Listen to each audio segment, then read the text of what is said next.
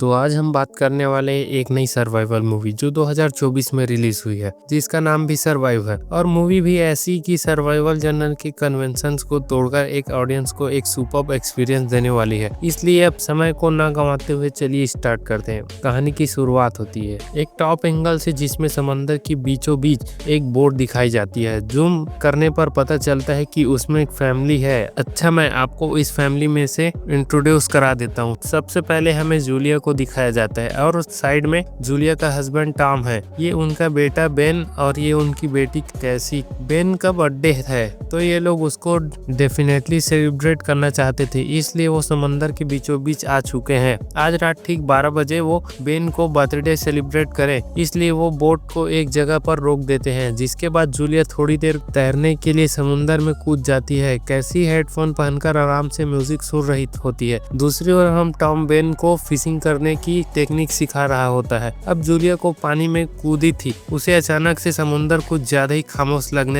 वो रियलाइज करने लगती है कि समुंदर का पानी बहुत ही फोर्स के साथ एक दिशा में बह रहा है। न चाहते हुए भी वो पानी के साथ साथ खींची चली जाती है। बोट का कंपास भी हर दिशा में घूम रहा होता है, पर टॉम उसे नोटिस नहीं करता और वो बेन को फिशिंग सिखा रहा होता है। वही जूलिया पानी के साथ बहते जाती है। वो मदद के लिए चिल्लाती है, लेकिन इन्हें कुछ भी सुनाई नहीं देता है। पर तभी खुशकिस्मती से टॉम को उसकी आवाज आ जाती है और वो जूलिया को देख लेता है। टॉम तुरंत ही बोट को उसके पास ले जाकर पानी में कूद जाता है और उसको बचाकर फाइनली बोट पर ले आता है। जिसके बाद कैसी को डांट पड़ती है कि मैंने तुम्हें कितनी बार कहा था कि जब कोई स्विम करने जाए तो उस पर ध्यान रखना चाहिए, तुम क्या कर रही थी। वहाँ पर वो माफी मांगती है कि मैंने हेडफोन पहन रखे थे, इसलिए मैं किसी की आवाज नहीं सुन पाई। आगे से ऐसा नहीं होगा, प्लीज मुझको माफ कर दीजिए। खैर अब जूलिया सेफ है, इसलिए वो थोड़ा शांत हो जाते हैं और रात को बर्थडे सेलिब्रेशन की तैयारी करते हैं। बलून्स, केक सब कुछ रेडी हो जाता है। मैं आपको बता दूं कि यह बेन का 30वां बर्थडे है। केक वगैरह काटने के बाद खूब एंजॉय होता है, उसको गिफ्ट मिलते हैं, एक फोटो भी ली जाती है यादगार के लिए। पर कैसी ही लैपटॉप के साथ बाहर जाती है और अपने बॉयफ्रेंड के साथ वीडियो कॉल कर रही होती है। वो देखती है कि उसके बॉयफ्रेंड के बैकग्राउंड में आसमान से बिजली गिर रही है और लगता है कि बहुत बड़ा तूफान आने वाला है। वो भी कह देता है कि वेदर रिपोर्ट में कुछ तो नहीं था, पर बहुत देर से बिजली गिर रही है और हवा भी पता नहीं कैसे अजीब से चल रही है। अचानक से सिग्नल भी कट हो जाता है, जिसके बाद कैसी तुरंत अपनी फैमिली को इस बारे में बताती है कि मेरे बॉयफ्रेंड का कॉल आया था, वो कह रहा था कि वहाँ पर कुछ अजीब चल रहा है। अचानक इनकी बोट पर भी जो झटका लगता है, सभी घबराकर बाहर जाते हैं तो ये देखते हैं कि बहुत सारी वेलफिश इनकी बोट से टकरा रहा है। लेकिन सोचने वाली बात तो यह है कि इस जगह पर वेलफिश होती ही नहीं है, तो क्या वह रास्ता भटक गई। यह सोचकर टॉम बड़ा कंफ्यूज होता है। असल में टॉम एक ओशियन रिसर्चर है, वो समुद्र के बारे में काफी कुछ जानता है। कुछ देर में वेलफिश वहां से चली जाती है। वेलफिश के जाने के बाद टॉम चेक करने जाता है कि कहीं बोट पर कोई डैमेज तो नहीं हुआ है और कुछ ही देर में वो बाहर आता है, वो भी घायल हालत में। असल में प्रोपेलर से उनको चोट लग गई थी। जूलिया उसके कट को स्टिच करती है और पूछती है कि सब कुछ ठीक तो है ना। वो कहता है कि नहीं, एक मुसीबत है, बोट के नीचे हिस्से का एक शाफ्ट टूट गया है। अगर उसको ठीक नहीं किया गया तो हम बोट की डायरेक्शन चेंज नहीं कर पाएंगे। उसके बिना अगर बोट को स्टार्ट किया तो इंजन खराब हो सकता है। दूसरी ओर कैसी बाहर आकर अपने बॉयफ्रेंड से कनेक्ट करने की कोशिश करती है, लेकिन सिग्नल बहुत ही वीक होता है और टॉम पानी के अंदर खाने का स्टॉक चेक कर रहा होता है। वो बताता है कि यह तो और 4 दिन चल जाएगा, लेकिन हमें इन्हें कम से कम यूज करना चाहिए और इमरजेंसी के लिए बैकअप बचा कर रखना चाहिए। उधर जूलिया भी रेडियो पर किसी को कांटेक्ट करने की कोशिश करती है, लेकिन उसको कोई सिग्नल नहीं मिलता है। जिस पर टॉम कहता है कि देखो, यह शिप तो समुद्र रास्ता है, जरूर कोई ना कोई शिप यहाँ पर आता ही होगा, हम उनसे मदद मांग सकते हैं। तभी कोई आवाज सुनकर वो बाहर जाते हैं। वो देखते हैं कि आसमान से एक मीटर गिर रहा है, वो भी इनकी दिशा में ही आ रहा है। टॉम तुरंत बोट को स्टार्ट करके वहां से कुछ दूर ले जाता है, पर बिना सॉफ्टवेयर के बोट चलने की वजह से इंजन खराब हो जाता है और तब वह पर एक सैटेलाइट भी गिरा पड़ा होता है। लगता है कि कोई खतरनाक तूफान आने वाला है, जिसके कुछ ही देर में बादल गरजते हैं और बिजली भी गिर जाती है। सब तुरंत बोट के अंदर चले जाते हैं और लाइफ जैकेट पहनकर बैठ जाते हैं, ताकि जैसे कुछ अनहोनी हो तो वो सब रेडी रहे। अगले सुबह पता चलता है कि सब सेफ है। रात भर बोट बुरी तरह से हिल रही थी, लेकिन अब वो एकदम बिना हिले डुले खड़ी है। वो चौंक जाते हैं कि हम कहाँ पर आ गए हैं, यह कैसे हो सकता है, बोट पानी में हिल क्यों नहीं रहा है। और जब वो बाहर आकर वहाँ का दृश्य दृश्य देखते हैं जिसको देखकर वह दंग ही रह जाते हैं, क्योंकि यह लोग समुद्र के बीच में थे, लेकिन अब लगता है कि पानी कहीं और बहकर चला गया है और इनकी बोट जमीन पर खड़ी है। वह बड़ी बड़ी चट्टानें को देखकर वो शौक रह जाते हैं कि समुद्र के नीचे ऐसा इनको पता ही नहीं था कि आज इन्होंने उसको देख भी लिया। जिसके बाद ही कंपास चेक करने लगते हैं जो किसी और दिशा को ही नॉर्थ बता रहा होता है। जैसे हम समझ पाते हैं कि पृथ्वी के ध्रुवों की मैग्नेटिक पोल्स की अदला बदली हो गई है, इसलिए समुद्र का सारा पानी दूसरी दिशा में शिफ्ट हो चुका है। मतलब जहाँ पर पहले जमीन था अब वहाँ पर समुद्र है, यानी इंसानियत लगभग खत्म हो चुकी होगी, कुछ ही लोग जिंदा बचे होंगे। टॉम बताता है कि मेरी रिसर्च के अनुसार लाखों साल पहले ऐसा हुआ था और वही पोल शिफ्ट अभी भी हो गया है। यहाँ टॉम की बातें सुनकर सब घबरा जाते हैं कि how is it is possible, ये कैसे हो सकता है। यह सब सुनकर कैसी खुद को बोट के कमरे में बंद करके रोने लगती है, क्योंकि उसका बॉयफ्रेंड भी अब शायद जिंदा नहीं होगा, इसलिए वो बहुत ज्यादा रोती है। बेन बर्थडे बलून्स को हवा में उड़ा देता है ताकि उसे देखकर कोई इनकी मदद करने के लिए यहाँ पर आ जाए। थोड़ी देर बाद टॉम को एक चैनल पर रेडियो सिग्नल मिल जाता है। वो पूछता है कि आप कहाँ पर हैं, क्या वह जगह सेफ है। उस तरफ से एक आदमी कहता है कि मैं एक सबमरीन का कैप्टन हूँ और फिलहाल उसी सबमरीन के अंदर हूँ। दोस्तों वो भी इसलिए जिंदा बच गया है क्योंकि सबमरीन बहुत ही गहराई में होती है। कैप्टन उनको बताता है कि समुद्र परिवर्तन होने की वजह से जो कम्युनिकेशन डिवाइस जमीन पर थे वो काम नहीं करेंगे। साथ ही वो कहता है कि अब मेरे गैस के अनुसार जो पानी दूसरी तरफ शिफ्ट हुआ है वो जल्द ही यहाँ वापस भी आ जाएगा, शायद एक हफ्ते के अंदर। इसलिए तुम लोग जहाँ भी हो वहीं सबसे ऊंची चट्टान पर जाकर रहो, वही सेफ रहेगा तुम्हारे लिए। जिसके बाद टॉम डायरेक्टली पूछ लेता है क्या हम भी वहाँ पर आकर सबमरीन में आपके साथ रह सकते हैं, यानी मैं, मेरी वाइफ और हमारे 2 बच्चे, क्योंकि अगर पानी भी आ गया तो सबमरीन सेफ रहेगी। जिस पर कैप्टन कहता है कि तुम सबका यहाँ पर रहना तो बेकार है, क्योंकि यह सब बहुत ही छोटी सबमरीन है, इसमें 2 या फिर 3 लोगों से ज्यादा नहीं रह सकते। ऑलरेडी मैं और मेरा पार्टनर इसके अंदर थे, लेकिन मेरा पार्टनर मर चुका है, इसलिए यहाँ पर सिर्फ और 2 लोगों के लिए ही जगह है। टॉम कहता है कि आज प्लीज मेरे दोनों बच्चों को अंदर ले लीजिए, बड़ी मेहरबानी होगी। अब कैप्टन भी इंकार नहीं कर पाता और मान जाता है। टॉम जल्दी से मैप पर उस सबमरीन की लोकेशन को मार्क कर लेता है, क्योंकि इनको जल्द से जल्द बच्चों को वहाँ पर पहुँचाना होगा। न जाने पानी कब वापस लौट आएगा तो खतरा बढ़ जाएगा, इसलिए वो दोनों बच्चों के लिए फूड वगैरह पैक करने लग जाते हैं। तभी टॉम देखता है कि कोई इनकी बोट की तरफ आ रहा है। वो आदमी लंगड़ा रहता है और उसके हाथ एक डॉग भी होता है। असल में बेन ने जो बलून उड़ाए थे उन्हें देखकर ही यहाँ पर आए थे और ऐसा लग रहा है कि बड़ी मुश्किलों से बीच ये सरवाइव करके यहाँ पर बच कर आया है। उसे एकदम थका रहा देखकर टॉम उसको पहले पानी देता है और पानी पीने के बाद वो आदमी टॉम को थैंक यू करने के बजाय उसके सर पर मारकर उसको गिरा देता है। इतने में जूलिया उसे देखकर टॉम को बचाने के लिए आती है, लेकिन तब तक वो आदमी भाला टॉम के पेट में घोंप देता है, उसको जान से मार डालता है। दोस्तों जूलिया की तो जान निकल जाती है, वो बड़ी टेंशन में होती है कि क्या होगा। फिर वो जूलिया की ओर आता है, इसलिए जूलिया घबराकर बच्चों को बचाने के लिए बोट के अंदर भागती है और वो कातिल उस पर भाला फेंक देता है। लेकिन जूलिया की किस्मत अच्छी होती है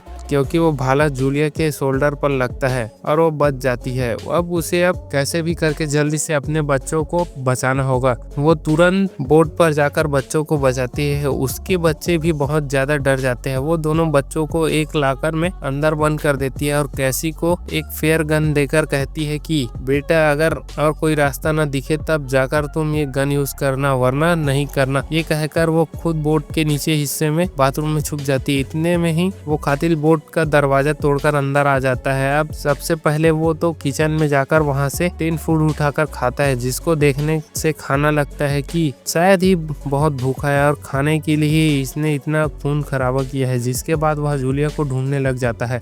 उधर जूलिया हाथ में चाकू लेके उसका वेट कर रही होती है और वो जब बाथरूम के दरवाजा खोलती है तो वहां पर जूलिया नहीं होती। असल में वो एक होल से बोट के बाहर कूद गई थी। कातिल भी उसी होल से झांकता है, लेकिन जूलिया एकदम चुप बैठी होती है। इसी बीच जूलिया को देखकर कातिल का डॉग भौंकने लग जाता है। जूलिया डर जाती है कि कहीं मैं पकड़ी न जाऊं, इसलिए वो डॉग को जान से मार देती है। लेकिन डॉग की आवाज सुनकर कातिल बाहर आ जाता है और अपने डॉग को मरा पड़ा हुआ देखता है। पर इसी बीच जूलिया बोट के ऊपर चढ़कर कातिल के ठीक ऊपर कूदकर उसका खात्मा करने की कोशिश कर, लेकिन वो कातिल उस पर भारी पड़ती है और उसको पकड़ लेता है। वो जूलिया को बुरी तरह से पीटता है और दीवार पर उसका सर पटकने लग जाता है। वहीं पर वो लॉकर भी है जहाँ जूलिया ने कैसी और बेन को बंद किया होता है। अब ये सारी चीजें देखकर, मतलब अपनी माँ को पीटता हुआ देखकर, कैसी लाकर खोलता है, उस कातिल के मुंह पर फ्लेयर गन से शूट कर देती है, जिससे वो दूसरी तरफ जा गिरता है। साथ ही वहाँ पर आग भी लग जाती है। अब मौका पाकर जूलिया अपने बच्चों को लेकर वहाँ से निकल जाती है, लेकिन कातिल को ज्यादा चोट नहीं लगती और वो जूलिया को पकड़ने के लिए आ जाता है। वही अब आग लगने की वजह से बोट भी ब्लास्ट हो जाती है, लेकिन वो कातिल बोट से कूदकर बच जाता है। दोस्तों, यह टॉम को मरा पड़ा हुआ देखकर तीनों बहुत ही रोते हैं। जूलिया टॉम को किस करके रोने लग जाती है, लेकिन वो देखती है कि कातिल इनके पीछे आ रहा है, इसलिए बच्चों को लेकर वो बड़ी चट्टानों पर चढ़कर भाग रही होती है। अब बचते बचते आखिर वो कातिल से एक दूर तक जगह पर पहुंच जाते हैं जहां पानी होता है। वो उस पानी को पीते हैं, लेकिन वो बहुत ही खारा होता है। और अब कैसी के पास थोड़ा पानी होता है, वो उसे बेन को दे देती है, लेकिन वो पानी नहीं लेता और बहुत ही रोता है। उसको अपने पापा की याद आती है। असल में उसको एक फीलिंग होता है कि अगर उसने बलून्स नहीं उड़ाए होते तो वो कातिल उनके पास नहीं आता। वो कहता है कि पापा, मौत का कारण मैं हूँ, कैसे भी उसी को दोष देती है।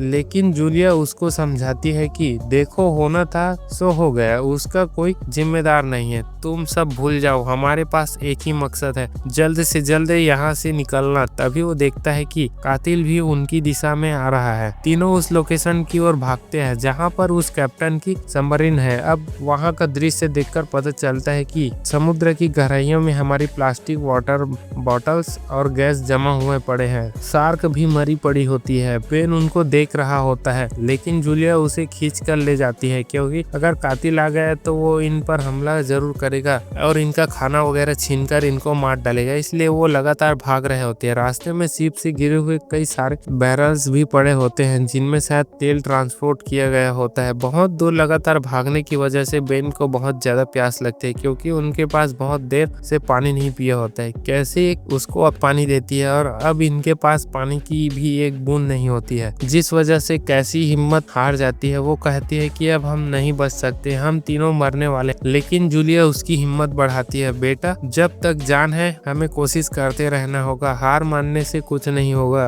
आगे रास्ते में वो एक टूटा हुआ प्लेन देखते हैं जो कई साल पहले समुद्र में क्रैश हो गया था और फिलहाल पूरे प्लेन पर जंग लग चुका होता है। लेकिन आज रात इनको यहीं पर रुकना पड़ेगा, इसलिए वो अंदर जाकर थोड़ा आराम करते हैं। तभी जूलिया अपने फैमिली को फोटो देखती है जो बेन के बर्थडे में सेलिब्रेशन के वक्त ली गई थी, जिसको देखकर वो बहुत रोती है। असल में जूलिया एक डॉक्टर है और उसकी और टॉम की लव मैरिज थी। एक बार टॉम ने समुद्र में डाइव किया था तो उसे चोट लग गई थी और तब उसको अस्पताल ले गया था जहां जूलिया डॉक्टर थी। वहीं इन दोनों की पहली मुलाकात हुई थी और फिर दोनों में प्यार हुआ और दोनों ने शादी कर ली, बच्चे हो गए। उसी बारे में सोच कर वो एकदम टूट जाती है। बच्चे भी पापा के बारे में सोचकर बहुत रोते हैं। अब रात हो जाती है तो वो वहीं पर सो जाते हैं। आधी रात को कैसी को कोई आवाज आती है और वो अकेली पेन से बाहर जाकर देखती है, वहाँ कोई नहीं होता। लेकिन अचानक वो कातिल पीछे से कैसी पर हमला करने वाला होता है और यहाँ पर रिवील होता है कि ये कातिल के लिए इन लोगों का बिछा हुआ ट्रैप था। जैसे ही वो कैसी को मारने वाला होता है वो हट जाती है और पीछे से जूलिया कातिल पर चाकू से लगातार वार करके उसको मार डालती है। सुबह होती है और तीनों वहाँ से बाहर आते हैं। अब उनको तसल्ली है कि चलो, कातिल मारा गया और हमारी जान को कोई खतरा नहीं है। कातिल की बॉडी के चिथड़े बन चुके थे, जिसे देखकर इनको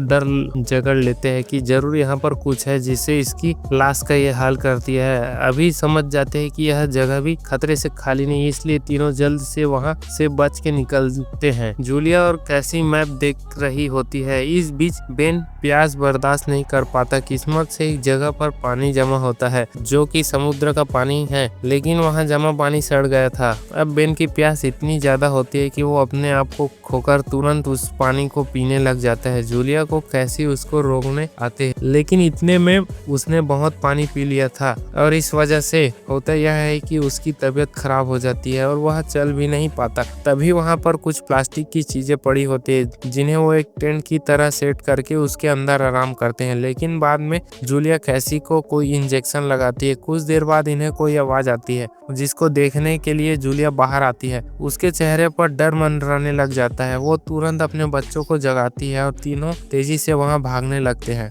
थोड़ा आगे जाने पर रास्ता उनको एक पुराना शिप दिखता है जिसके कई कंटेनर्स बिखरे पड़े होते हैं। वहां पर कुछ सर्वाइवल होते हैं और यह तीनों उनकी ओर भागते हैं। वहीं हम देखते हैं कि असल में बड़े बड़े समुद्र कीड़े इनके पीछे पड़े हैं, इसलिए ये लोग भागकर यहाँ पर आए थे। लेकिन जूलिया तो चिल्लाती है कि प्लीज कंटेनर का दरवाजा बंद मत करो, हम भी आ रहे हैं। लेकिन सर्वाइवर्स केकड़े के डर से कंटेनर्स के अंदर जाकर उसको लॉक कर ले रहते हैं। जूलिया दरवाजा पीटती रहती है कि प्लीज दरवाजा खोलो, पर वो दरवाजा नहीं खोलते। जिसके बाद जूलिया कैसी और बेन को कंटेनर के ऊपर चढ़ाकर खुद भी ऊपर चढ़ रही होती है। लेकिन इतने में केकड़ा जूलिया के पैर को जख्मी कर देता है। लेकिन उनकी किस्मत अच्छी होती है क्योंकि ये लोग बच जाते हैं। लेकिन जो सर्वाइवर्स कंटेनर के अंदर चले गए थे उनका क्या हुआ अब दिखाया जाता है। असल में कंटेनर्स के सर्वाइवर में एक गैप होता है जिसके जरिए केकड़े अंदर घुसने लग जाते हैं। वो लोग केकड़ों को शूट करते हैं, लेकिन कितनों को शूट करेंगे। हजारों की तादाद में केकड़े आ रहे हैं जो उन सर्वाइवर को पूरी तरह से खा जाते हैं। इन सर्वाइवर्स को भी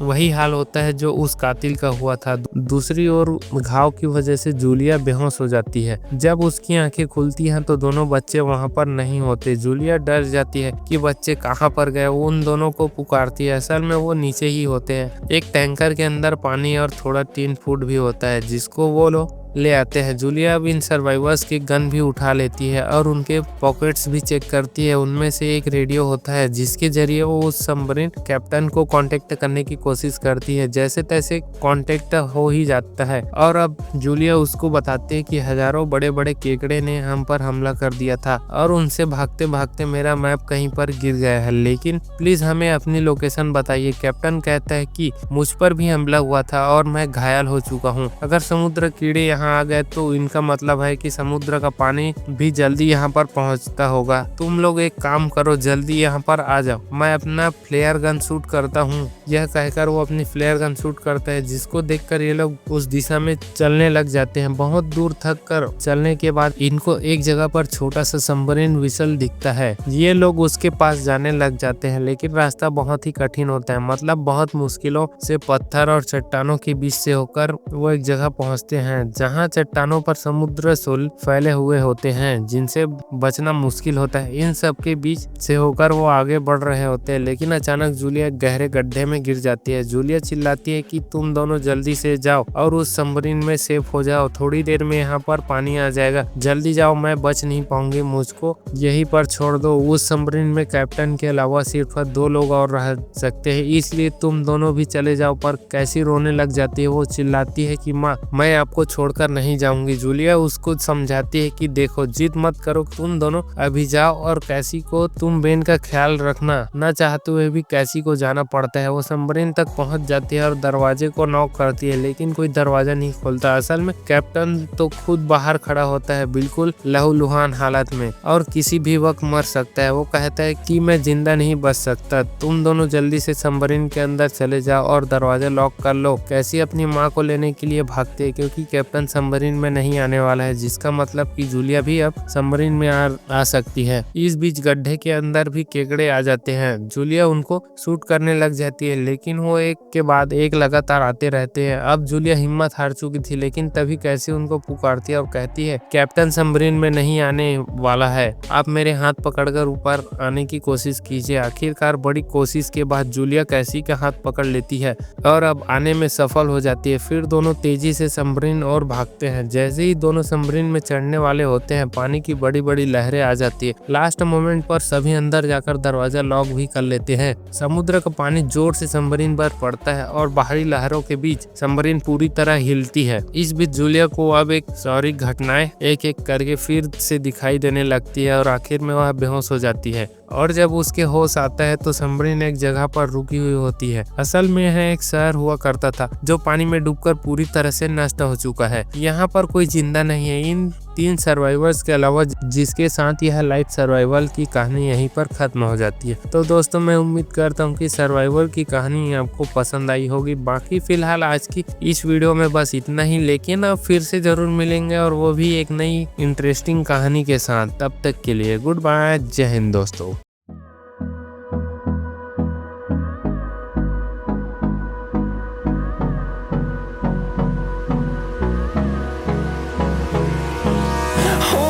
Close till I get up. Time is barely on our side. I don't wanna waste what's left.